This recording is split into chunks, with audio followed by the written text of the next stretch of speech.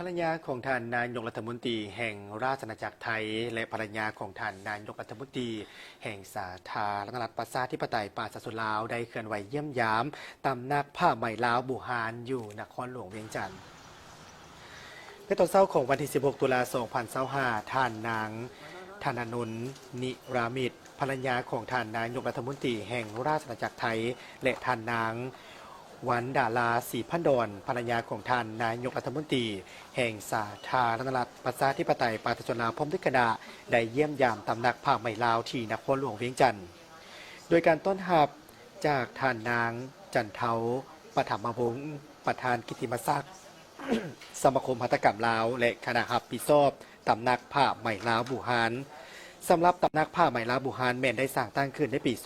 2024 เพื่อเป็นศูนย์กลางเหียนฮู้ที่สำคัญแห่งหนึ่งของลาวโดยแขนงแผ่นเพเป็นบนท่อนฮูประวัติและการอนุรักษ์รักษาผ้าเพพื้นเมืองลาวที่ติดพันกับวิถีชีวิตวัฒนธรรมและภูมิปัญญาท้องถิ่นของประชาชนลาวบรรดาเผ่าถ้าเป็นการสุขยุส่งเสริมการท่องเที่ยวแบบนิเวศนครหลวงเวียงจันทร์นับตั้งแต่มือเปิดบริการในวันที่ 23 ตุลาคม 2024 เป็นต้นมาตำนักผ้าไหมลาวบูฮานแห่งนี้ได้มีโอกาสต้อนรับการเยี่ยมยามของคณะผู้แทนบุคคลสำคัญจากหลายประเทศและภรรยาการนำจากต่างประเทศที่เดินทางมาเคลื่อนไหวเยี่ยมยามลาวตำนักผ้าไหมลาวได้จัดงานวางแสดงออกเป็น 4 ภาคส่วนคือการวางแสดงแผ่นเพเครื่องนุ่งห่มแบบพื้นเมืองที่มีอายุหลายกว่า 70 ปี